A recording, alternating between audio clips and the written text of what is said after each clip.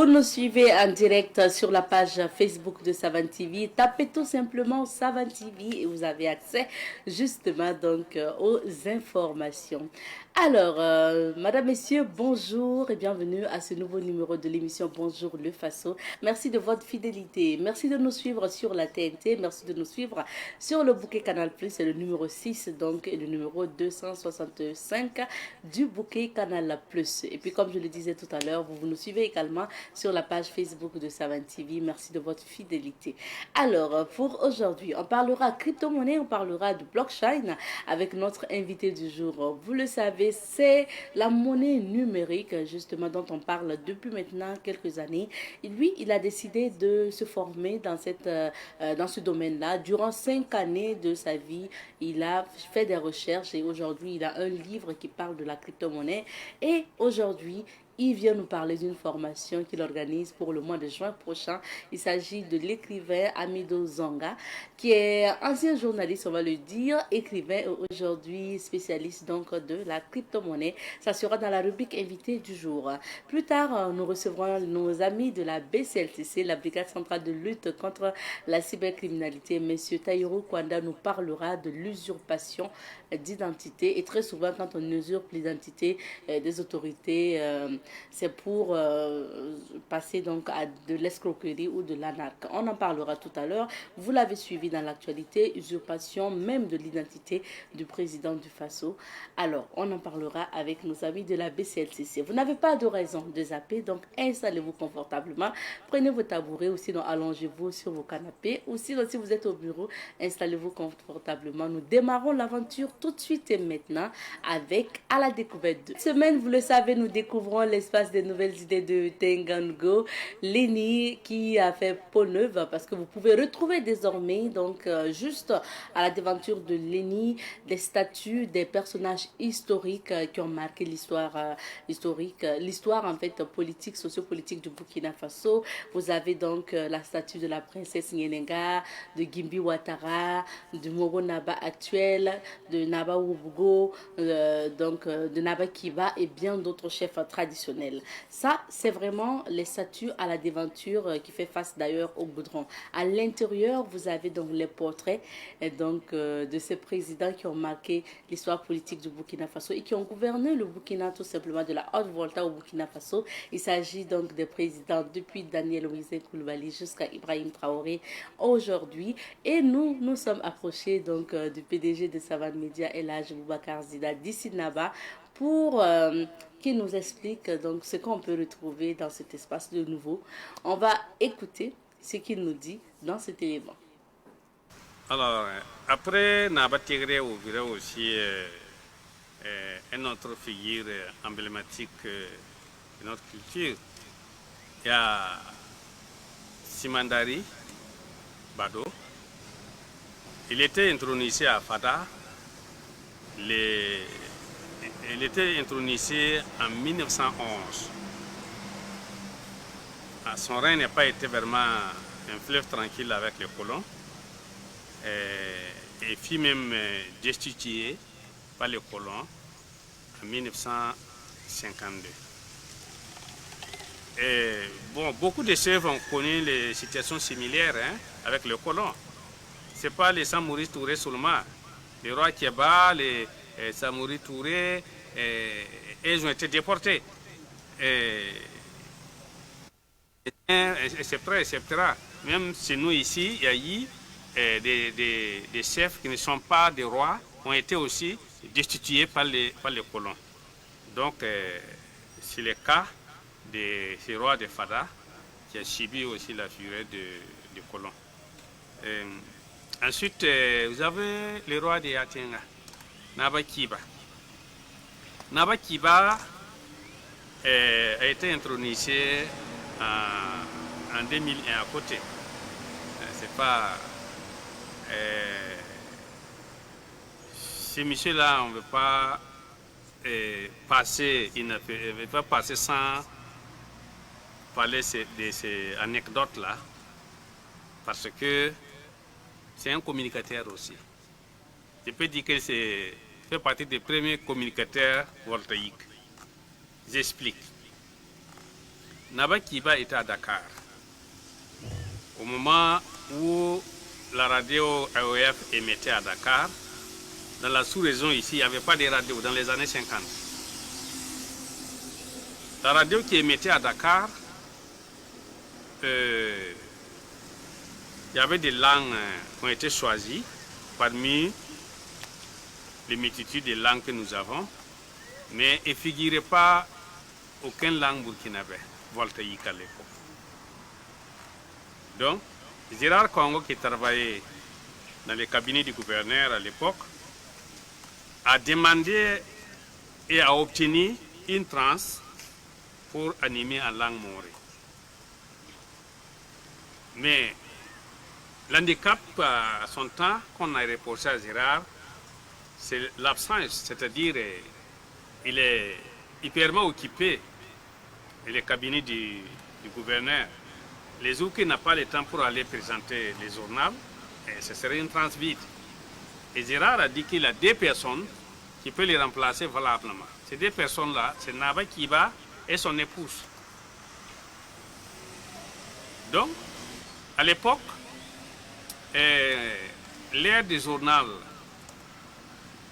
où la haute bataille est représentée par Gérard Congo est suivie ici à Ouagadougou, aux deux endroits. Il y avait des récepteurs seulement. C'est le gouverneur et au marché de Kola. L'heure venue, les gens s'attroupent pour écouter les informations en langue morée. Donc Naba Kiba est un journaliste, hein, il faut les respecter. Après Naba Kiba, il y a la princesse Gimbi Ouattara. Voilà une diplomate. On peut dire que c'est notre tout premier diplomate. Cette princesse de Bobo Dioulasso a su, par sa diplomatie, éviter les bains de sang à Bobo Dioulasso. Il a su vraiment concilier avec les colons qui n'ont pas vraiment fait de dégâts comme dans certaines contrées à Bobo Dioulasso. Donc, elle mérite vraiment sa place ici, raison pour laquelle nous avons fait encadrer les deux dames, princesse Yenanga à gauche et à droite, la princesse Gimbi Ouattara. Naba Sanré de Bousma est le fils de Naba Wobogo de Bousma. Il est né le 9 septembre 1941. Il fut administrateur. Il est régné en tant que 31e roi de Bousma. Il est décédé en 2019. La particularité de Boussoumnaba Sanré, c'est sa différence avec les autres politiciens. Il a fait la politique. Il fut député à vie. Toutes les législations de notre pays, Boussoumnaba fut député. Mais il n'a jamais été de parti au pouvoir. Il a toujours compté sur sa propre force et il a toujours été élu.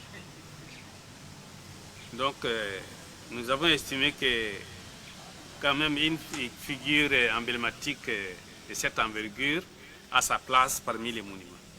Effectivement, ça a coûté cher, mais moi, mon objectif, ce n'est pas l'argent. Moi, je ne suis pas né pour être riche, mais pour être utile à ma communauté. C'est ce que je suis en train de faire. Sinon, ça a coûté des millions. On a fait un travail global. Ça se chiffre en tout cas environ à une dizaine de millions. Bon, je disais tantôt que ce qu'on a pu réaliser n'est pas plus de 10% des projets. Il reste beaucoup de choses à faire. Vous voyez qu'il y a un espace libre à l'Étrière. Il y a un bâtiment qui est prévu, un bâtiment de 5 niveaux qui est prévu. Bon, ce serait une école de journalisme, de cinéastes, et beaucoup de choses vont se passer ici. Bon, en dehors de ça, on a prévu aussi une bibliothèque. Bon, il y aura un niveau qui sera considéré comme un musée où on va exposer des objets d'art.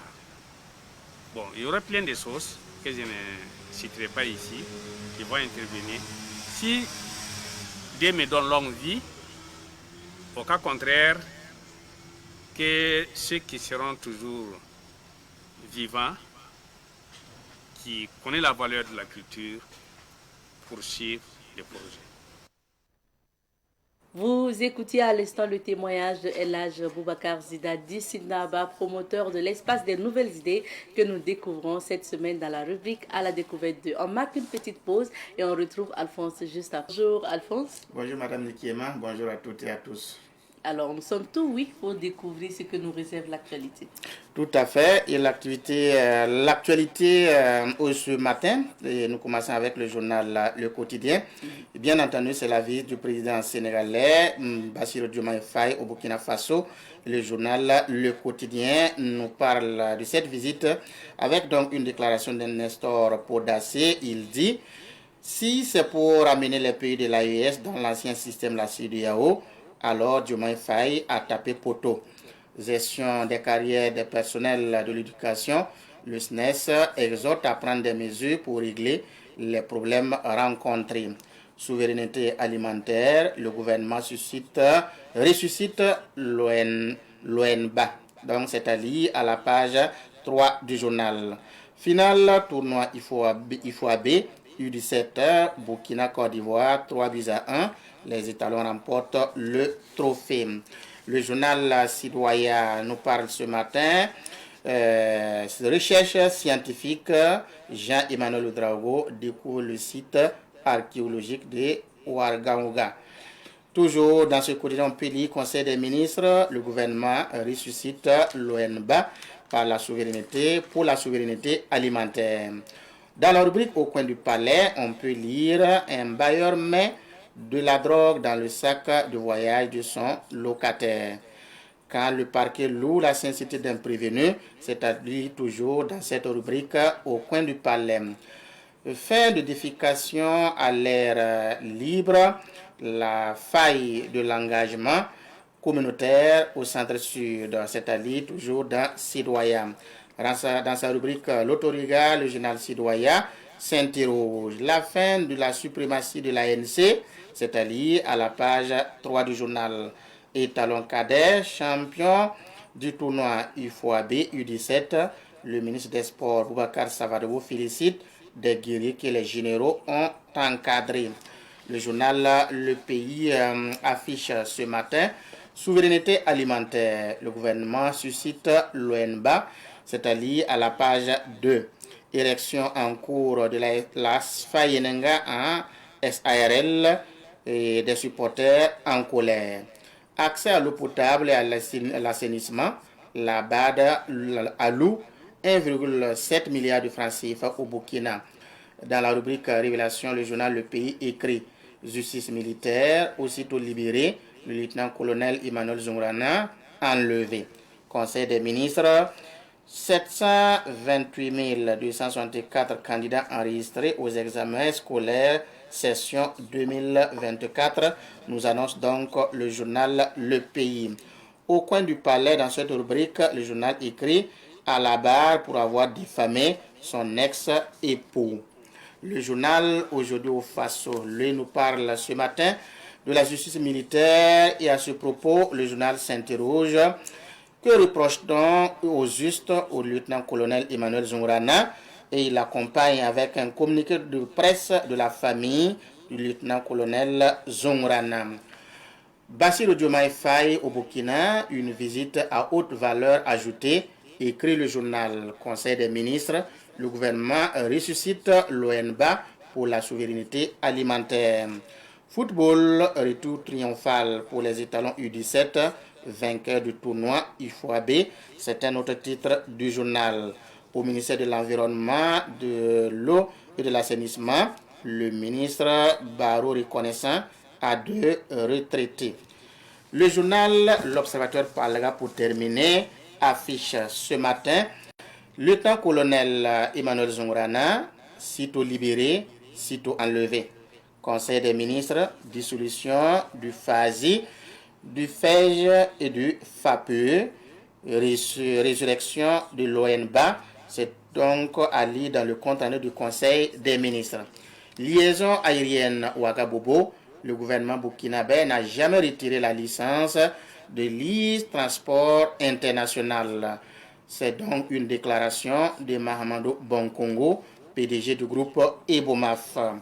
Quartier Somgande, Ouagadougou, environ une tonne de produits périmés saisis dans une alimentation, nous informe le journal. Le nouveau président sénégalais à Bamako et à Ouaga, mission délicate pour Diomaye Faye, écrit le journal dans sa rubrique Regard sur l'actualité. Tournoi Ifoabé, le sacre des poulains d'Oscar Barrault à Accra, écrit le journal. Merci bien. Merci. Merci Alphonse pour ces titres. On revient sur quelques sujets d'actualité et le sujet en lien avec le lieutenant-colonel Emmanuel Zougana fait l'actualité aujourd'hui et la famille parle d'enlèvement aujourd'hui. Oui, la famille parle d'enlèvement parce que selon donc un communiqué de la famille d'Emmanuel Zougana, l'intéressé a été donc enlevé hier aux environs donc de 10h20 lorsqu'il quittait sa résidence surveillée et à peine sorti à quelques encablures de sa résidence, arrivé donc à un poste de barrière, un autre véhicule a donc dépassé, est arrivé et allé donc garer au travers de leur véhicule, le véhicule dans lequel se trouvait le lieutenant-colonel Emmanuel Zoungana et quelques membres de sa famille. Donc, un monsieur est sorti, il s'est présenté comme un agent de la sécurité de l'État. Et ce monsieur-là a donc sommé le lieutenant-colonel Emmanuel Zoungana de le suivre sans résister, avec un ton menaçant.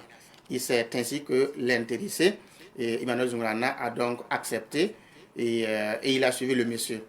Et pendant ce temps, il y avait des éléments en poste aux alentours, des éléments bien sûr de la sécurité. Et lorsque Emmanuel Zoungana a suivi le monsieur qui s'est présenté premièrement et qui lui demandait de le suivre, et donc à peine arrivé dans le véhicule, un autre véhicule est arrivé et ce véhicule-là a embarqué les éléments qui étaient en poste aux alentours. Et en même temps, ce deuxième véhicule a suivi le premier. Donc les deux véhicules sont suivis. Et c'est le témoignage que la famille a pu donner. Et c'était donc le dernier contact des membres de la famille avec donc Emmanuel Zoungana. C'est ce qui a donc été expliqué dans le communiqué. Bon, on suivra de près cette affaire. Et le cas aussi de refus d'exécution des décisions de justice sans liaison maintenant. Alors, qu'est-ce qu'il faut faire face à tout ça? Oui, d'abord, il faut noter que cette sortie, ou du moins cette courte liberté provisoire du lieutenant-colonel Emmanuel Zoungana émane donc d'une décision de la chambre de contrôle du tribunal militaire qui a donc été prononcée le 22 mai dernier. Et cela fait suite à une requête du lieutenant-colonel Emmanuel Zoungana par rapport aux conditions de sa détention, par rapport à sa détention, qu'il estime qu'on doit l'évaluer et elle doit être améliorée. C'est partant de là que la chambre de contrôle du tribunal militaire a donc pris cette décision parce que la requête a été acceptée partiellement et la requête acceptée partiellement a donné donc cette liberté provisoire à Emmanuel Zoungana avec bien entendu des conditions que nous avons déjà évoquées ici, qui étaient donc de se présenter 3 fois dans la semaine, lundi, mardi, vendredi, au juge d'instruction pour montrer qu'il est toujours là et puis il doit se présenter au juge d'instruction.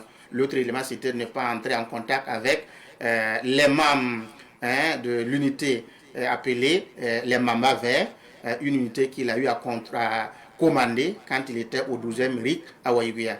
Donc, son passeport a été confisqué, bien entendu avec d'autres documents, et puis gardé au niveau du parquet. Tout cela, c'est pour dire que c'est des conditions qui accompagnent donc cette liberté provisoire. Cette sortie d'hier visait effectivement à l'exécution de cette décision de la chambre de contrôle du tribunal militaire.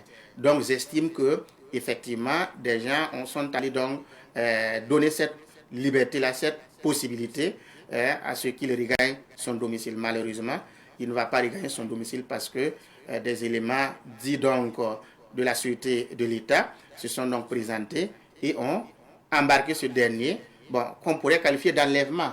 Parce que si une décision de justice ordonne sa mise en liberté, l'on s'étonne que des éléments se présentent sans un document et embarquent un monsieur qui a eu sa liberté grâce à une décision de justice, mais qu'il soit embarqué sans qu'une autre décision ne vienne de cette même justice. Donc, c'est un peu l'imbroglio qu'il y a. On ne comprend pas cette ambiguïté-là, d'où ça vient. L'autre cas, c'est par exemple le cas de Guy Hervé Cam, qui a donc bénéficié aussi d'une liberté provisoire, mais malheureusement jusqu'à aujourd'hui, cela n'a pas donc été exécuté. Et avec les réquisitions où des gens réquisitionnés ont attaqué au niveau du tribunal militaire, ils ont eu gain de cause. Malheureusement, ils n'ont pas obtenu cette possibilité d'exécution des décisions de justice. Donc ces cas sont légion aujourd'hui et ça inquiète plus d'un quand on sait que si la justice tranche, l'exécution doit être le travail maintenant des deux entités, c'est-à-dire la justice et puis l'exécutif. Et l'exécutif doit mettre à la disposition de l'exécutif, du judiciaire, la force publique, voilà, pour que la décision de justice soit exécutée. Malheureusement, nous nous retrouvons dans un dilemme où les deux forces, il n'y a pas de collaboration comme nous en parlions hier. Chacun essaie de camper sur ses positions et c'est vraiment malheureux si nous sommes arrivés à ce stade. Et comme tu l'as dit, on en parlait hier, on parlait de la collaboration entre justice et l'exécutif, donc le pouvoir, les autorités. Et au regard de cette situation-là, on se demande s'il y a une véritable collaboration ou sinon, est-ce que chacun ne veut pas montrer en fait sa suprématie quelque part? Et c'est le cas et c'est vraiment malheureux. C'est vraiment malheureux parce que jusqu'à preuve du contraire, j'estime que nous sommes toujours dans un état de droit. Quand on sait que, par exemple, après les assises nationales tenues donc à Ouaga 2000, le chef de l'État va encore prêter serment devant les grands juges. J'estime que c'est parce que nous sommes toujours dans un état de droit que cela doit se faire dans les règles de l'art. Et j'estime que s'il a pris l'engagement de respecter, de protéger, de respecter la condition, de protéger les personnes et les biens, de respecter les décisions de justice, ça veut dire que nous devons nous rappeler, nous comprendre que il faut travailler à garder ces principes-là parce que c'est fondamental pour la bonne marche de notre pays. Et si les faits et gestes sont comme si on ramène à contre-courant contre cela, je pense que on ne va pas voir les choses de la même manière. Donc, peut-être, ce qu'il faut souligner, les autorités ont peut-être leur raison. Peut-être qu'en libérant Emmanuel Zungrana, il y a des risques pour sa vie, il y a des dangers pour sa vie, ça peut exister, ou il y a des informations que l'autorité a, mais surtout venant de la sûreté de l'État, elle n'est pas obligée de dire ce qu'il y a au peuple, en tout cas en un laps de temps. Voilà. Peut-être qu'il y a des éléments qu'ils ont à leur disposition, mais que nous n'en avons pas. Mais pour le moment, qu'on ne peut pas communiquer. Mais du reste, ce qu'il faut faire, c'est de communiquer avec l'autorité qui a donc prononcé la mise en liberté provisoire de ce dernier. Je pense que s'il y avait cette collaboration, nous n'en serions pas là. C'est ça. Peut-être qu'on aurait même évité donc de relaxer provisoirement. Tout à fait. Oui, s'il y avait eu discussion, collaboration ou entente, avant même qu'il soit relaxé provisoirement et juste après, donc, enlevé pour reprendre les termes donc, de la famille. Oui, puisque quand on parle... moi, j'ai horreur quand j'entends le terme enlevé. Malheureusement, c'est le cas. Parce que arrêter quelqu'un, d'abord, il y a cette considération. On arrête quelqu'un, il n'est plus libre de ses mouvements, mais en présentant bien sûr un document, et monsieur, vous êtes mis aux arrêts. Donc on sait que la question qu'on va se poser, c'est quelle force publique qui a arrêté l'intéressé. Oui. Si c'est la police, si c'est la gendarmerie, on sait là où aller, chercher donc l'intéressé. Et la famille qui va se mettre à rechercher le monsieur, mais va se rendre compte qu'effectivement, il se trouve dans tel ou tel endroit. Et ce qu'il faut savoir maintenant, qu'est-ce qu'on lui reproche? Quelles sont donc les accusations portées contre lui? En ce moment, on va faire appel à son avocat qui va suivre le dossier. Malheureusement, si on prend un monsieur, on disparaît, c'est pas évident qu'à tout moment, ça va être vraiment des éléments de la sécurité. Et c'est ce qui inquiète. Oui, ça peut faire peur à la famille. À la famille. Quelque part. Au Voilà. moins, si vous savez où est-ce que votre... Oui, on est membre de tranquille, famille est tranquille. C'est encore plus simple. Voilà. On attendra de voir. On passe au prochain sujet. On s'intéresse maintenant aux décisions du Conseil des ministres d'hier qui a prononcé la dissolution de 3 fonds. Tout à fait. Ce sont des fonds FASI, FEJ et puis FAPE. Ces fonds, beaucoup connaissent bien ces fonds-là parce que c'est des initiatives pour vraiment soutenir, soit pour soutenir les jeunes, pour soutenir des initiatives allant dans le sens du développement. Et ces 3 fonds existent depuis une certaine date. Et ces 3 fonds ont aidé beaucoup de gens à se lancer dans le secteur du développement. Et aujourd'hui, beaucoup ont des témoignages à donner.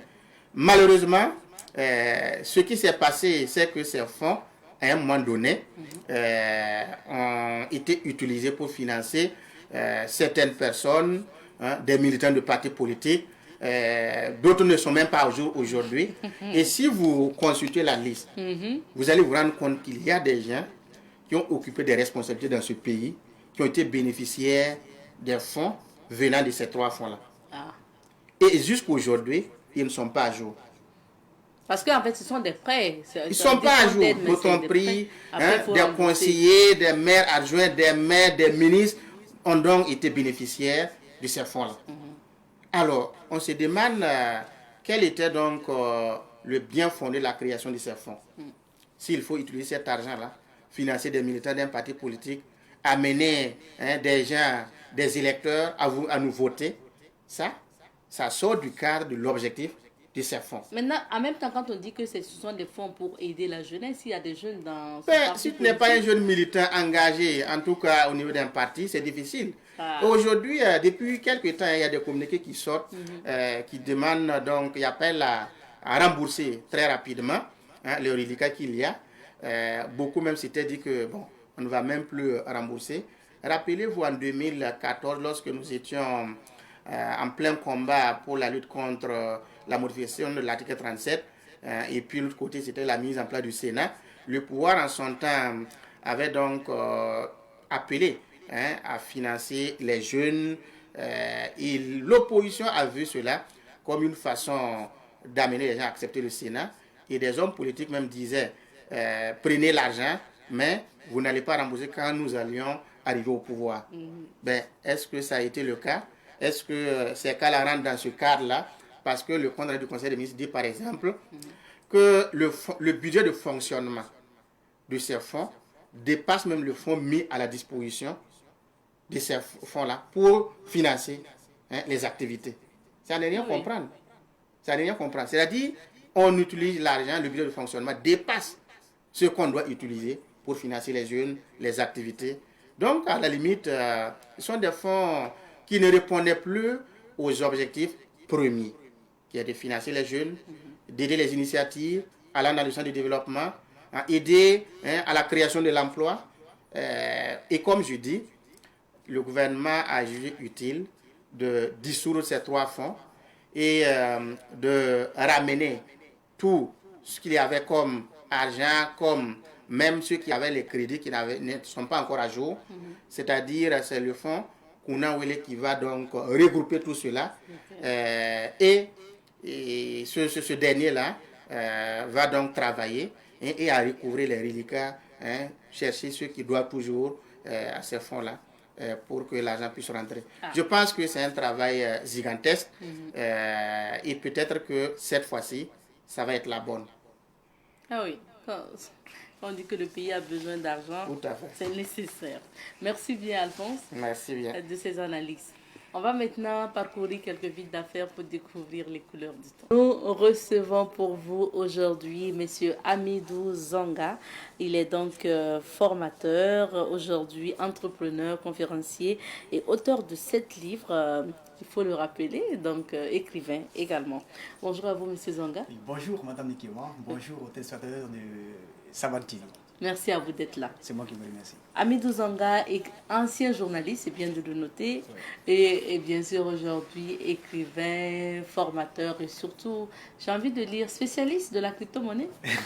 Mon spécialiste, peut-être, c'est un peu trop dit, mais quand même quelqu'un qui a au moins une bonne expérience dans ce domaine. Ouais. Ok, qui s'est formé d'ailleurs. Bien sûr. Alors, vous êtes rentré de Bobo? Oui, nous sommes venus du Bobo du Lasso depuis le 26 avril passé. On était à Bobo du Lasso jusqu'au 15 mai. Ok. On est rentré à Ouaga pour en tout cas reprendre également des activités. À Bobo, on est parti pour former les populations du Grand Ouest, formation qui d'ailleurs s'est très bien passée. En marge donc de la SNC, on a profité également pour faire de bonnes affaires à la SNC, Ok. avoir de très bons contacts et aussi pour préparer d'autres projets pour l'avenir. Et là, nous sommes à Ouaga pour également d'autres projets au service de l'humanité, au service de la population burkinabé. Et ça serait vraiment formidable que tout le monde puisse en profiter. Et à Bobo, vous avez donné une formation également sur la crypto-monnaie, je crois. Oui, effectivement. À Bobo du Lasso, on a donné c'est 2 formations, hein, mais c'est fait, comme on le dit, une pied deux coups. Donc, on a fait une masterclass en développement personnel, connaissance de soi, suivi donc de la grande session de formation complète en blockchain et crypto-monnaie pour permettre à l'ensemble des participants de comprendre l'évolution du monde actuel, de comprendre actuellement là où notre monde se trouve. Parce que avec ce que les gens ont l'habitude de voir à la télé, d'entendre dans les radios et aussi lire sur la toile, on s'est dit quand même qu'il est important pour nous de sortir aussi publiquement pour partager la bonne nouvelle aux gens. Parce qu'aujourd'hui, quand on parle de blockchain, quand on parle de crypto-monnaie, quand on parle de Web3, il y a beaucoup de personnes qui n'arrivent pas à comprendre cela et surtout à faire la différence entre crypto-monnaie et société de trading communément avec les systèmes de pyramide de Ponzi. Donc ce sont des notions qui sont vraiment très très différentes et aussi il faut chercher d'abord à se faire former pour comprendre afin d'éviter tous ces pièges-là. Et nous sommes là pour partager ces bonnes informations aussi, la connaissance utile pour que chacun devienne le meilleur de soi-même. D'accord. Alors, on va parler après de la formation de Ouagadougou et des modules qui seront développés. Oui. Mais revenons quand même sur le volet développement personnel. On sait que vous coiffez aussi donc, Oui. ce domaine-là. Vous donnez des formations, comme vous l'avez dit tout à l'heure à Bobo. Oui. C'était aussi de donner une formation en développement personnel. Vous avez l'habitude de dire que la majorité des populations ou des gens font des boulots qu'ils n'aiment pas Oui. et malheureusement qu'ils détestent même pour aller plus loin. Exactement. Maintenant, ils sont obligés quand même de le faire. Oui. Qu'est-ce qu'on doit faire pour surpasser en fait ce volet-là et Oui. vivre plutôt heureux dans un métier peut-être qu'on aime? Exactement. Ouais, vous avez très bien fait de rappeler cela parce que c'est une parole que j'aime beaucoup répéter. La plupart des gens vivent par nécessité de survie, mais ils n'aiment pas ce qu'ils font en réalité. Quand vous regardez le matin, très tôt, 97% des gens qui se lèvent pour aller au boulot, ils y partent parce qu'ils ont envie d'avoir quelque chose en fin du mois, mais n'aiment pas véritablement ce qu'ils font. C'est pourquoi très souvent il y a des gens qui se lèvent le matin, à peine même s'ils disent bonjour à leur épouse, ou bien s'ils disent bonjour, ou s'elles disent bonjour même à leur époux et même embrasser les enfants avant de sortir. Pourquoi? Parce que les gens ne vivent pas leur vocation. Donc ici, le thème qui caractérise cela, c'est la vocation. Comment découvrir sa vocation pour vivre véritablement sa vie et réaliser toutes ses aspirations pour répondre véritablement à l'appel de son âme. Et c'est ce que nous apprenons aux gens. Nous leur montrons le chemin, nous leur montrons les stratégies à appliquer pour véritablement découvrir leur vocation. Parce qu'il ne sert à rien aujourd'hui de passer la moitié de sa vie à travailler et aller à la retraite pour attendre sa mort, comme on enseigne cela aux gens. Comment quelqu'un peut travailler pendant 30 ans et aller juste à la retraite, attendre 5 ans, peut-être ou 7 ans, pour mourir? Et il est fier de dire que je pars à la retraite pour attendre mes derniers jours. Mais ce n'est pas normal. En réalité, même la vie commence après la retraite. Donc nous, pour que cette nouvelle génération d'hommes que nous sommes en train de former ne grandisse pas avec ces mêmes bêtises psychologiques, excusez-moi, mais c'est de leur dire qu'il faut apprendre d'abord à se connaître. Une fois que vous apprenez à vous connaître, à vous connecter à qui vous êtes véritablement, à vous aligner à votre être intrinsèque. Je peux vous assurer, Madame Nikema, que rien ne va vous empêcher d'atteindre vos objectifs de vie meilleurs. Il est important de comprendre que tout ne se résume pas seulement à l'argent. Mais avant qu'on parle de l'argent, il faut avoir de bonnes fondations. Et cette fondation que nous sommes en train de préparer les gens à développer. Parce que quand vous sortez de chez vous, vous voyez un immeuble, vous admirez bien sa beauté, n'est-ce pas? Mais est-ce que vous savez les matériaux qu'on a mis en bas? La base, la fondation de cet immeuble, avant que vous n'admirez sa beauté extérieure. C'est la même chose avec l'être humain. Il faut d'abord remplir son monde, son monde intérieur, son monde profond, se remplir d'énergie positive pour maintenant dégager à l'extérieur ce que vous reflétez à l'intérieur de vous.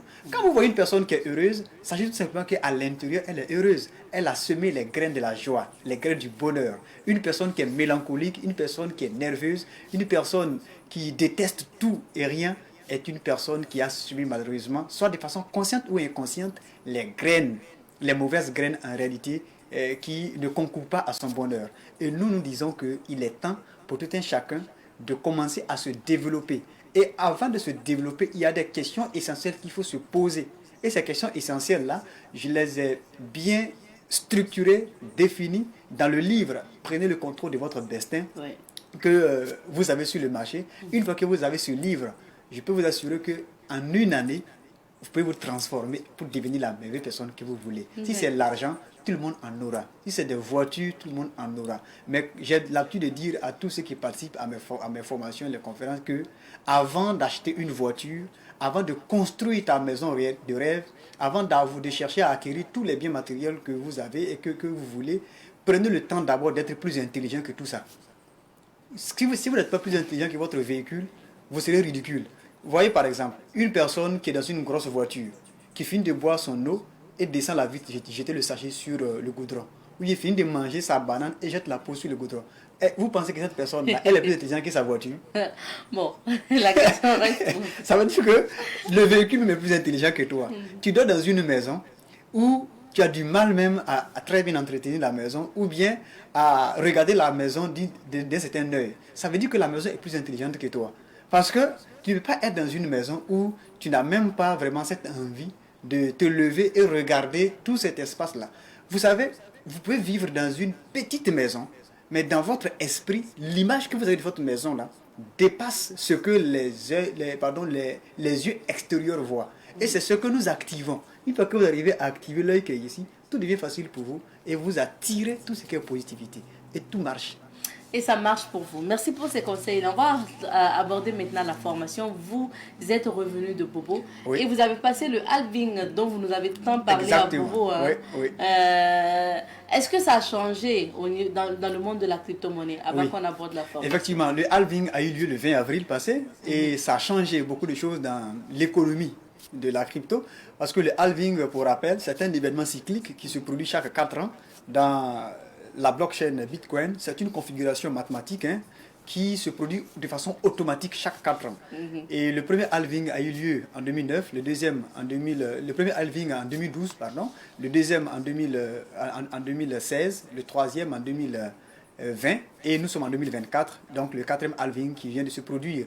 Et ça a permis au Bitcoin de diviser son bloc en deux et comprenez qu'il y a 210 000 blocs qui se divisent, il y a 210 000 blocs qui se produisent chaque 10 minutes. Et donc, quand on regarde chaque bloc qui se produit chaque 10 minutes, il faut 4 ans pour que tous les 210 000 blocs se produisent. Donc, c'est pour dire que cet événement qui se produit le 20 avril, c'est un événement qui marque une étape majeure dans l'industrie de la crypto-monnaie. Parce que le Bitcoin, après ce halving-là, va connaître une montée fulgurante de sa valeur qui va permettre à tous les crypto-investisseurs, donc tous ceux qui sont rentrés dans la crypto à partir de 2021, 2022, 2023 et donc actuellement même 2024 là, il y a cette période que nous voyons, c'est moi que nous connaissons déjà parce que tout est calculé, tout est mathématique. Il suffit qu'on vous montre l'évolution du cycle et vous savez à quel moment vous ferez partie de ce qu'on appellera désormais les heureux gagnants ou bien tout simplement les nouveaux crypto-millionnaires. Actuellement, il y en a que nous avons formés depuis longtemps qui ont des résultats, mais nous leur disons toujours de garder patience et surtout le silence parce que ce qui arrive dans les 10 prochains mois, c'est quelque chose de fantastique qu'il faut vivre véritablement. C'est pourquoi en avril passé, avant même de partir à Bobo, nous avons organisé la 2e édition de la grande session de formation complète ici, qui a permis à des personnes de plusieurs profils. Hein. Il y a des commerçants, il y a des entrepreneurs, il y a des hommes de tenue, des militaires, des douaniers. Il y a aussi des entrepreneurs, des étudiants qui sont venus se faire former. Il y a aussi des journalistes qui sont venus, qui se sont fait former. Et aujourd'hui, tout le monde a des résultats. Tous ceux qui sont passés à l'action après la formation ont des résultats. Nous avons cette méthode, cette pédagogie pour faire comprendre facilement les choses aux gens en 2 jours. Très facilement. En 2 jours, vous devenez opérationnel. Et si vous avez la possibilité de continuer encore à suivre des formations, faites-le. Mais pour la première étape, tout devient vraiment très facile avec nous. Et que vous sachiez lire ou pas, que vous sachiez bien parler français ou pas, venez. Même si c'est en français, c'est en maurice, c'est en anglais, c'est en dula, nous on parle tout. Et puis on permet d'avoir tout ce qui est facile pour vous. Vous pouvez expliquer. Ouais. Maintenant, la prochaine formation, c'est pour quand? Oui, la prochaine formation, c'est pour le 8 et le 9 juin, donc dans pratiquement 9 jours, ici à Ouagadougou. Et donc, ça serait toujours dans notre résidence, la résidence Napameogo, située à Gonguin, à 200 mètres de l'église Saint-Pierre. Donc, la participation à cette formation, c'est vraiment symbolique. Hein. Ça fait 59 000 francs CFA pour tous ceux qui ont au moins un seul exemplaire parmi nos différents livres. Ça veut dire que vous n'êtes pas obligé d'avoir tous les livres. Si vous avez un seul livre seulement, quel qu'en soit le prix, vous êtes considéré comme un lecteur privilégié. Donc, tous ceux qui ont au moins nos livres, là, nous les appelons les lecteurs privilégiés, parce que toutes les activités que nous organisons, tous les événements que nous organisons, eux, ils ont un prix à part. Donc, nos lecteurs, eux, ils paient 59 000 francs CFA pour la formation du 8 au 9 juin. Et les autres qui n'ont pas les livres, ils paient 85 000 francs CFA. Alors, pour une parenthèse, hein, Madame Nikema, en janvier, on a fait cette même formation-là à 37 000 francs CFA. Ah. Vous voyez, non? Des gens sont quittés en Côte d'Ivoire, au Bénin, au Togo, pour venir ici à Baga, pour apprendre. En avril, on a fait la formation là, à 47 000 francs CFA. Les gens sont venus encore. C'est à 50 et quelques. Voilà. Et aujourd'hui, on a la 3e édition, ça fait 59 000 francs CFA. Ce qui veut dire que plus vous laissez le temps passer pour vous chercher à voir d'abord, avant de croire, plus le prix aussi augmente. Et je dis à chaque fois que pour cette même formation-là, d'ici quelques années seulement, des gens vont payer $1000, c'est-à-dire à partir de 700 000 francs CFA pour avoir cette même formation. Mais ça ne serait pas une formation de 5 heures par jour comme je le fais. Ça serait une formation de $1000 par heure. Ça veut dire que d'ici le temps que je me suis fixé pour permettre à la majorité de la population de bénéficier de ce que nous sommes en train de leur donner, si vous ne profitez pas de l'opportunité dès maintenant, très tôt et très bientôt, quand vous voudrez que moi personnellement je m'asseye pour vous montrer la chose de façon pratique, c'est $1000 par heure. Donc c'est à vous maintenant de juger. De juger. Et ça c'est pour voilà. les conditions, mais Ça, c'est bien pour quand les même de rappeler les modules qui seront enseignés. Oui, c'est tout ce qui vous permettra de comprendre facilement la blockchain. On va vous apprendre les fondamentaux, on va vous apprendre comment choisir ces plateformes d'investissement, comment sécuriser, comment également savoir acheter, comment vendre, comment échanger. On va vous apprendre également le money management des gagnants, on va vous apprendre les stratégies de recherche des pépites. On va vous apprendre également tout ce qui... En fait, c'est tout l'écosystème de la crypto-monnaie que nous allons vous partager. Moi, je suis quelqu'un de très honnête, je suis quelqu'un d'entier.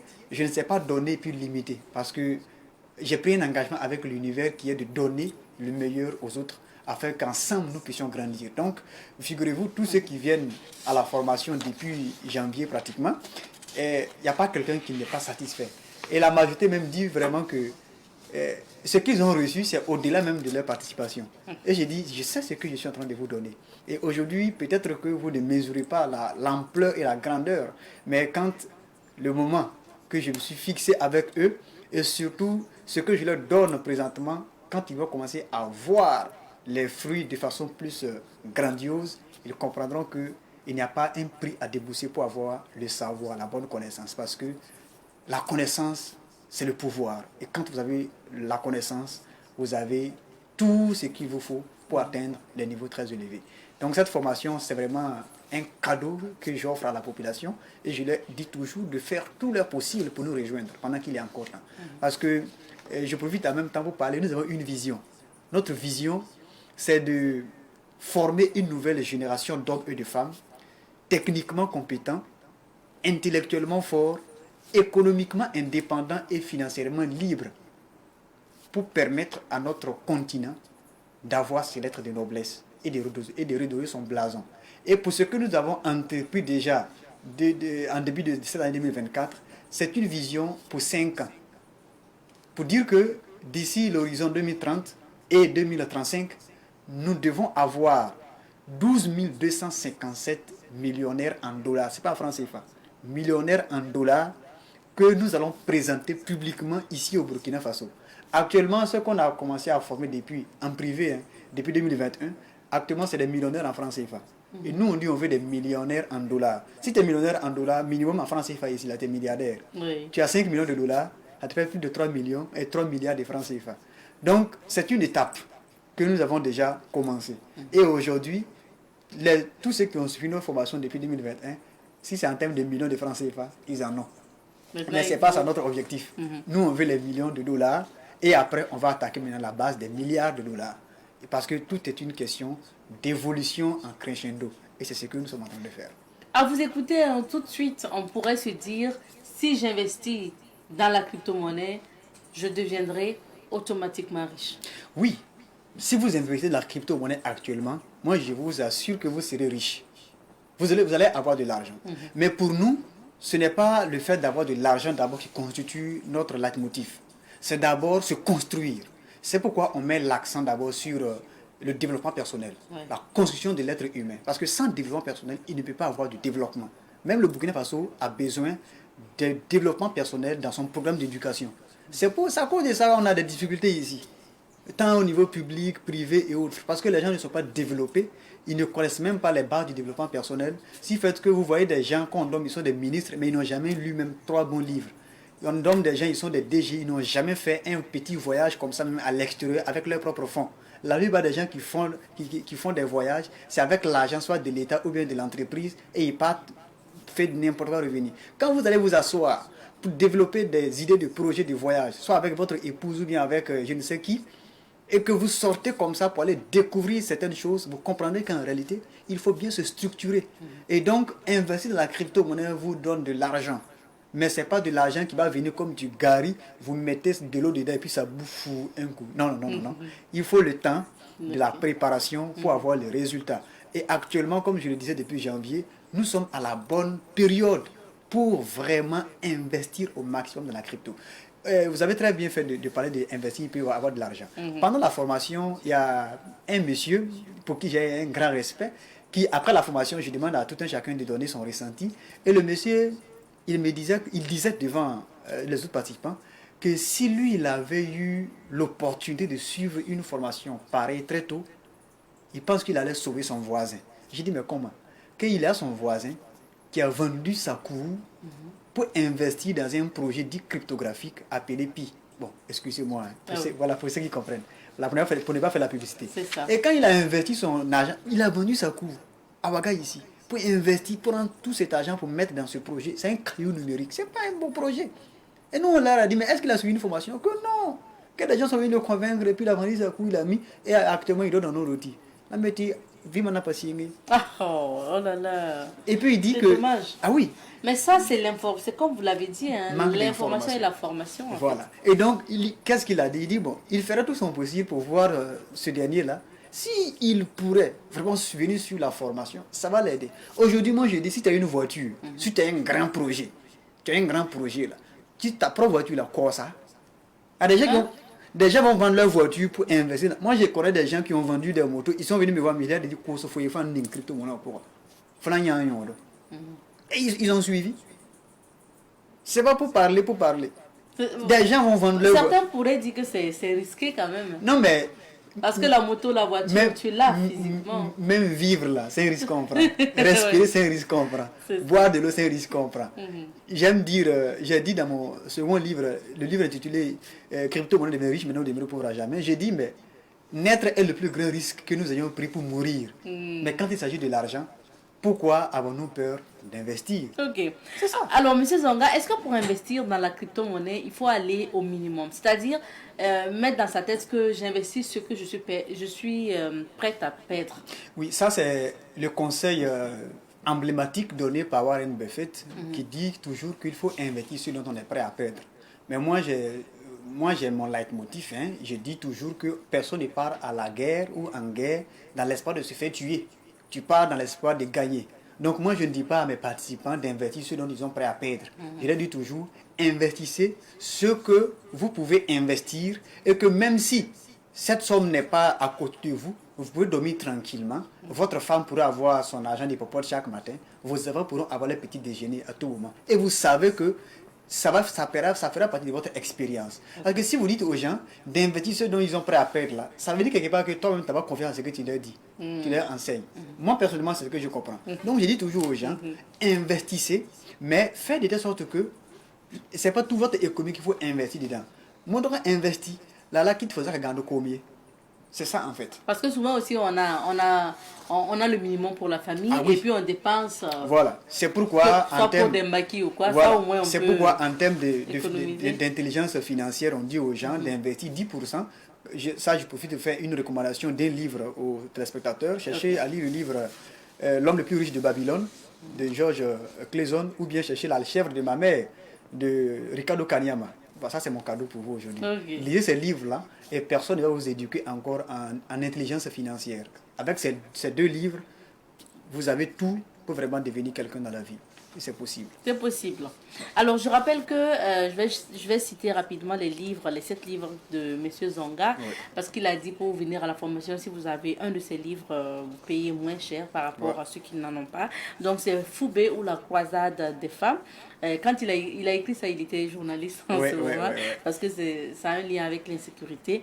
Crypto-monnaie, devenir riche maintenant ou demeurer pauvre à jamais. On a le miroir, on a la tragédie de l'or qui s'intéresse à la question minière au Burkina, le spectacle du mensonge, prenez le contrôle de votre destin, développement personnel, et l'école de Bitcoin et autres crypto-monnaies, allez aussi avec la crypto-monnaie. Voilà. Alors, M. Zonga, on revient pour finir sur la formation. Qu'est-ce qui doit m'amener, qu'est-ce qui doit me pousser à venir m'inscrire à cette formation-là? D'accord, ça c'est une très belle question. Ce qui va vous pousser à venir vous inscrire pour cette formation, alors j'imagine que vous êtes un être complet, normal, et jouissant de toutes ses facultés, et vous avez également des ambitions dans la vie. Et nous savons très bien qu'on ne peut pas réaliser ces projets, ces aspirations les plus nobles, les mains vides. Il faut de l'argent pour réaliser ces projets, même si vous êtes l'homme le plus intelligent au monde. C'est vrai, ce n'est pas l'argent qui fait le projet, c'est le projet qui fait l'argent. Mais en réalité, vous ne pouvez rien accomplir si vous n'avez pas le minimum. C'est pourquoi on dit toujours aux gens que si vous n'avez pas peur de la pauvreté, si vous n'avez pas peur du manque, si vous n'avez pas honte de l'humiliation que le manque pourrait engendrer dans votre vie, si vous n'avez pas honte de tendre la main tout le temps, si vous n'avez pas honte de subir les vicissitudes de la vie, alors que vous croyez un être intelligent, alors restez à la maison, croisez les bras et dites que mais si vous pensez que vous avez des projets, que vous avez des initiatives qui vous tiennent à cœur, des projets que vous voulez réaliser pour vraiment vivre votre talent et servir l'humanité, on va vous dire tout simplement que le monde n'est pas ce que vous voyez. Et il vous faut de l'argent pour commencer à réaliser vos aspirations les plus profondes. Alors, même un projet de mariage, là, tu as vu la fille ou la fille t'a vu, vous vous aimez, mais quand vous allez commencer à organiser les cérémonies de fiançailles et de mariage, je pense que ce n'est pas caillou que les familles vont demander, hein, c'est de l'argent aussi. Donc tout cela, c'est pour dire que ta motivation viendra même de tes propres projets et de tes propres aspirations. Nous, on a dépensé des millions pour nous faire former. Et aujourd'hui, si nous, on organise ces formations à ces prix réduits, là, ces prix forfaitaires d'ailleurs, c'est pour dire aux gens que c'est pour permettre à l'ensemble des populations de profiter. Donc, ce qui va te motiver à venir à la formation, c'est ce qui est dans ton cœur toi-même. Nous, on ne fait pas le forcing à quelqu'un. On te parle des choses de façon concrète et tu te lèves de toi-même, tu viens, tu vas suivre. Quand tu vas venir voir avec tes yeux, là, tu sauras qu'effectivement, le monde a atteint un niveau d'évolution où, si tu n'as pas la bonne information, demain, tu vas voir un enfant de 20 ans, de 25 ans, qui viendra te faire la force et tu vas dire non, comment ni famille les enfants même là-bas,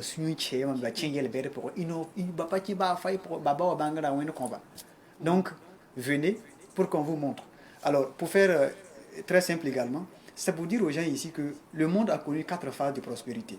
L'ère agraire, on a l'ère on a l'ère des chasseurs-cueilleurs, pardon, on a l'ère agraire, l'ère industrielle et l'ère numérique. Et l'ère numérique, nous sommes dans l'ère du numérique. Dans l'ère du numérique, là, c'est l'information qui constitue la richesse la plus absolue. Donc, une fois que vous avez la bonne information, rien ne pourrait vous arrêter. C'est pourquoi on dit aux gens que avoir la bonne information aussi et ne pas savoir la traiter, c'est compliqué. Donc, nous vous partageons la bonne information et on va vous apprendre comment la traiter pour vous en sortir. On va rappeler les dates. Et puis oui, les dates de la formation, c'est le 8 juin et le 9 juin. 2 jours. 2 jours de formation. De quelle heure à quelle heure? De 8h à 13h. Okay. Voilà, à la résidence Napambero, située à Bonguin ici, à 200 mètres de l'église Saint-Pierre. La participation, ça fait 59 000 francs CFA pour les lecteurs privilégiés et 185 000 francs CFA pour les autres. Donc c'est un moment unique pour apprendre, se découvrir et aussi comprendre qu'avec la seule bonne information, vie maintenant ne change jamais. Et moi, ce qui me plaît, c'est que de la manière dont je parle aujourd'hui, de la manière dont je parle avec conviction pour dire aux gens avec sincérité, si nous, on avait eu des gens pour nous parler comme ça à l'époque, là, je pense que je ne serais pas peut-être ici sur le plateau aujourd'hui en train de parler aussi comme ça. Parce que nous, on a eu des gens qui se comportaient comme des dieux en fait. Ou pour les approcher même là, c'est comme s'il faut voir 10 protocoles avant de les avoir. Alors que, bon, quand on a compris aussi la chose, on s'est dit, mais pourquoi ne pas alléger la chose là pour que le maximum de personnes puissent profiter. Savoir l'information. Et en 2024, ça là, c'est comme je le dis, tous ceux qui vont rentrer à l'heure dans la crypto là, c'est vous-même qui serez les heureux gagnants. Parce qu'avec ce que le marché a connu ces 2 dernières années, donc le bear market, parce que c'est un marché cyclique, après la hausse qui va venir là, le marché va rechuter, et quand ça va rechuter, tous ceux qui vont avoir l'information sur Bitcoin, crypto-monnaie en ce moment et qui vont rentrer là, et que le marché va commencer à chuter, c'est eux qui vont souffrir.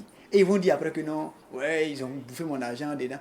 Et très bien, dans la crypto-monnaie, personne ne prend votre argent pour investir à votre place. J'allais oublier. C'est vous-même, c'est comme à partir de votre téléphone, si vous avez l'information. L'information, c'est ça. On vous montre comment ça fonctionne et vous-même vous agissez. C'est pas quelqu'un qui va dire donne-moi ton argent, j'ai investi. C'est ça, je dis même dans la crypto-monnaie, 1000 francs tu investis. C'est pas histoire de dire non, tu mets 10 000 francs ou bien 100 000 francs aujourd'hui, dans une semaine tu attends. C'est pas comme ça. De la même manière, vous connaissez le marché des actions, le marché boursier, le marché des indices, des matières premières, c'est la même chose. Mais ça là, c'est l'économie décentralisée. Venez, vous allez comprendre et vous saurez que c'est ça. La vie n'est pas on va laisser un contact pour les inscriptions. Parce que le temps est les contacts, c'est le 51 53 75 05, le 54 28 84 20, 78 00 53 90.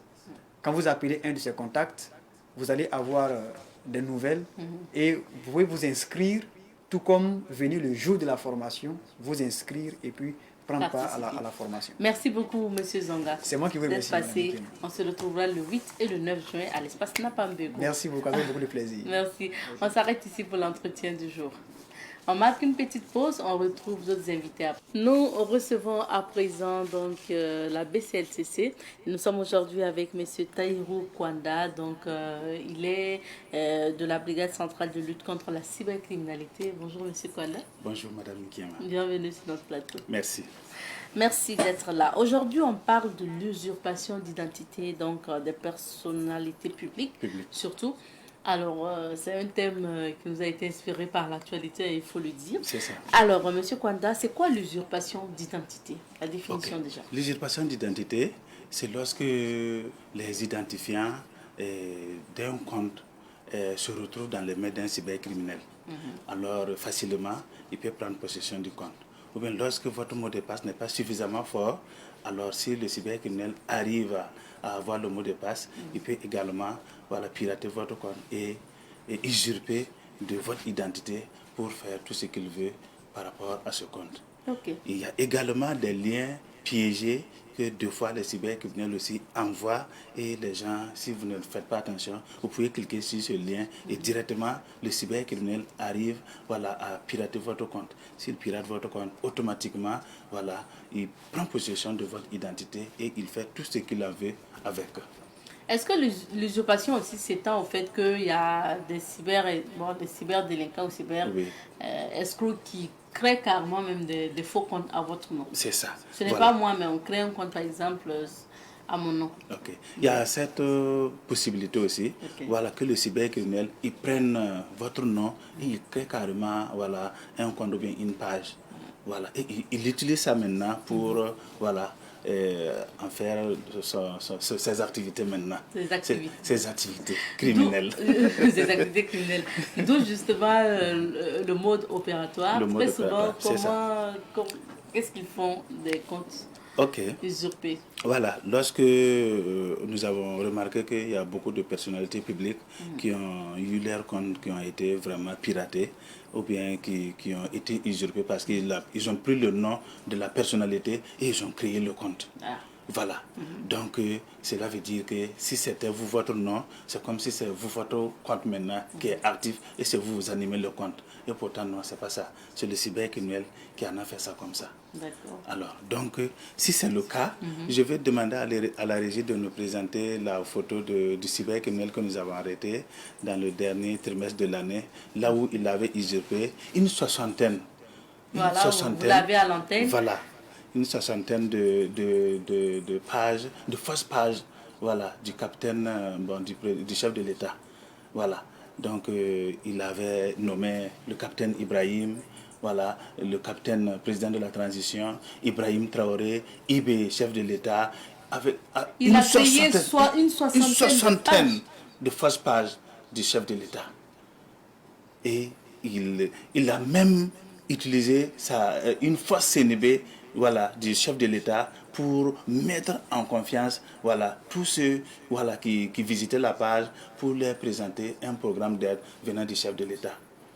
Voilà, pour tous ceux qu'ils avaient vraiment... Je me rappelle bien que la présidente du FASO a communiqué sur... Oui, effectivement, effectivement. J'ai demandé à la régie de nous présenter le communiqué. Voilà, tellement que c'était devenu une recrudescence de cette infraction voilà, d'usurpation d'identité. La présidence en avait vraiment marre. Voilà, ils ont décidé de communiquer pour dire que vraiment tous ceux qui vont voir voilà, des comptes voilà, dénommés IB, Ibrahim Traoré, ça ne vient pas, le président ne possède pas de compte Facebook. Il ne possède pas de compte TikTok, il ne possède pas de compte Instagram. Il n'a rien qu'un seul compte qu'ils ont gardé dans l'anonymat, là où le président, vraiment, de temps en temps, il s'exprime pour, voilà, c'est le besoin de la nation. Ah, vous avez l'information. Voilà. Le président ne peut pas être sur Facebook et puis écrire à vous individuellement. C'est pas possible, en fait. Il n'a pas ce temps. Voilà. Et vous avez justement arrêté cet usurpeur-là. C'est ça, ce cybercriminel. On l'a arrêté dans le dernier trimestre de l'année 2023 et nous l'avons présenté devant le procureur du FASO pour qu'il puisse répondre de ses actes. Voilà, parce qu'il était en tout cas accusé de plusieurs d'autres chefs d'accusation. Il faisait du prosélytisme, il volait aussi, il y avait le vol de numéraire sur les plateformes numériques. Donc il y avait plusieurs d'autres infractions qui étaient liées voilà, à l'usurpation d'identité du chef de l'État. D'accord. Voilà. Alors, ce n'est pas que le chef de l'État seulement, on va passer à d'autres personnalités. C'est vrai, il y avait également, il y a beaucoup d'autres personnalités, des chefs d'entreprise, des chefs de parti, des opérateurs économiques, des chefs de partis politiques, et tous ils ont fait le frais concernant cette forme d'usurpation d'identité. Voilà, parce que on s'est rendu compte que c'était de trop. Nous-mêmes, la brigade a pris l'engagement d'alerter. Voilà, nous avons alerté pour que les gens puissent comprendre que une personnalité publique n'a pas vraiment ce temps-là pour se mettre sur les réseaux sociaux ou bien pour un programme d'aide quelconque pour étaler ça sur les réseaux sociaux. Voilà. Donc, c'est dans ce sens-là qu'on avait alerté à ce que les gens soient vraiment vigilants pour ne pas vraiment s'adonner à ces pratiques-là. Et aujourd'hui aussi, on va prendre le deuxième exemple sur Adja Mamounata Benegra, opératrice économique, qui malheureusement aussi a vu son identité usurpée. C'est ça. Et là, en ce moment, ils avaient dit que Adja vraiment disposait d'un soutien, que en tout cas elle était disponible pour soutenir des femmes qui étaient constituées en coopérative, en association pour un financement quelconque. Voilà, donc on a tout fait pour traquer ces cybercriminels-là. Et dans le premier trimestre de l'année 2024, on a pu également déposer un autre cybercriminel auprès du procureur pour qu'il puisse répondre de ses actes.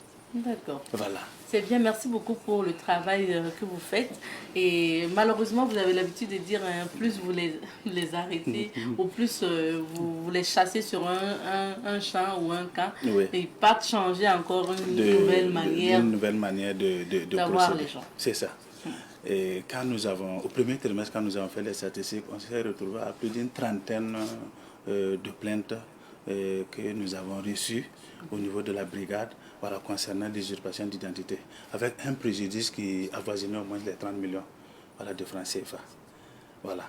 Donc cela veut dire que, et pourtant ce n'est c'est un seul cybercriminel que nous avons pu vraiment mettre hors d'état de nuire. Cela veut dire qu'une seule personne, à lui seul, il peut au moins faire beaucoup de victimes. Oui. Voilà, il peut faire beaucoup de victimes. Si on prend l'exemple du cybercriminel à lui seul qui avait créé au moins une 60aine de pages à lui seul, du chef de l'État, vous voyez que c'est énorme. Si toutes ces personnes-là vont vouloir aller vers cette personne pour un financement quelconque. C'est vrai qu'on n'est pas allé aussi jusqu'au bout. Très souvent, ces cybercriminels-là proposent des aides financières du moins à ces personnes-là. Mais après, est-ce qu'ils escroquent en même temps? Oui, l'usurpation d'identité est suivie d'escroquerie. Okay. Parce que comment ça se passe lorsque il expose l'aide financière, et il va laisser un numéro, notamment sur la page Facebook ou TikTok ou Instagram, et ceux qui vont voir la publication, ils vont rentrer en contact. Et lorsqu'il va envoyer la photo de l'opérateur économique ou bien du chef de l'État ou bien en tout cas du chef de parti politique, la personnalité publique en quelque sorte, la personne va avoir plus confiance à la page. Il va croire qu'effectivement c'est réel. Et la personne va contacter le cybercriminel. Il va lui dire, ok, je vais vous mettre en contact avec mon gestionnaire de compte. Voilà, donc il lui met en contact avec le gestionnaire de compte qui va dire qu'effectivement la personnalité publique m'a contacté pour vous donner soit c'est 950 000, soit c'est 900 000, soit 700 000, tout dépendra de la somme. Mais il faudra que vous déboursez au moins une somme pour pouvoir permettre le décaissement de cette somme-là pour vous, qui peut avoisiner entre 60 000, 50 000, 40 000, ainsi de suite. C'est vous-même, vous voulez m'aider. Voilà. Moi, je vais donner 40 000 ou 50 000 pour qu'on puisse décaisser les fonds pour vous. Vraiment. Donc, vous voyez. Oh, mais ils vont dire que c'est frais de dossier. Frais de dossier ou bien frais de décaissement. Bon, il y a tous ces mots-là qu'ils utilisent rien que pour pouvoir avoir la confiance de ceux qu'ils veulent escroquer et puis pouvoir passer à l'acte. Wow. Voilà. C'est dommage. Voilà. On va aller au conseil. Oui, bon. Les conseils à l'endroit des populations. Des populations, pour éviter, effectivement. se faire avoir. C'est ça. Quand vous voyez que l'offre est alléchante comme ça, il faut vraiment s'en méfier des demandes d'aide ou bien des dons qu'on vous propose sur les réseaux sociaux.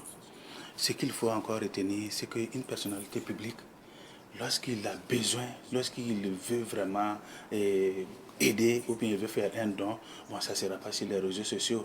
Il va passer par une structure publique reconnue par tous et avec vraiment une procédure bien établie pour pouvoir faire son aide ou bien faire son don. Voilà. Donc il y a tout ça là. Okay. Donc ce que encore on peut conseiller, lorsque le compte est usurpé, lorsqu'en tout cas il y a piratage, au lieu que les gens restent derrière en train de de partager des informations mais en tout cas d'insulter les cybercriminels, il faut signaler la page. Okay. Il faut signaler la page afin que, voilà, si c'est Facebook ou bien c'est TikTok ou bien c'est Instagram, ils vont prendre des dispositions pour, voilà, restreindre ça. Voilà. Et lorsque vous êtes victime, on va tout simplement vous demander de se présenter à la brigade centrale de lutte contre la cybercriminalité pour déposer votre plainte et pour bénéficier d'une assistance technique. D'accord. Dans l'assistance technique, vous aurez la récupération de votre compte et la sécurisation du compte pour ne plus tomber dans les filets de ces cybercriminels. On va afficher les contacts justement de la BCLTC. Vous avez la possibilité aussi d'appeler la BCLTC ou d'envoyer votre plainte par mail, courrier électronique. C'est ça. Donc il y a le contact qui est affiché. Il y a également le mail, là où on permet à ceux qui ne sont pas de Ouagadougou, qui sont victimes de cybercriminels, de pouvoir nous déposer leurs plaintes afin qu'on puisse transmettre ça à la division des enquêtes pour qu'ils commencent à investiguer en attendant qu'ils puissent avoir le temps de se présenter au sein de notre brigade. Il y a également la page Facebook. La page Facebook où vous avez l'information vraie. C'est ça, de la brigade centrale de lutte contre la cybercriminalité, là où nous développons le mode opératoire de tous ces cybercriminels que nous présentons devant le procureur du FASO pour répondre de leurs actes. D'accord. Voilà. Merci bien, les adresses sont affichées. Et puis, retenez bien, les personnalités publiques. Le président de façon n'a pas le temps de vous écrire sur Messenger et autres. C'est pas possible. Donc, retenez bien. Et si il y a pas de fonds, en fait, donc de soutien décaissé par le président de façon, il n'y en a pas, ça n'existe pas. Ce sont des escrocs qui sont derrière. Voilà. Merci beaucoup, Monsieur Kwanda. Merci à vous aussi, fidèles téléspectateurs. Le temps est terminé pour cette émission d'aujourd'hui. Le rendez-vous est pris pour demain, vendredi. Allez.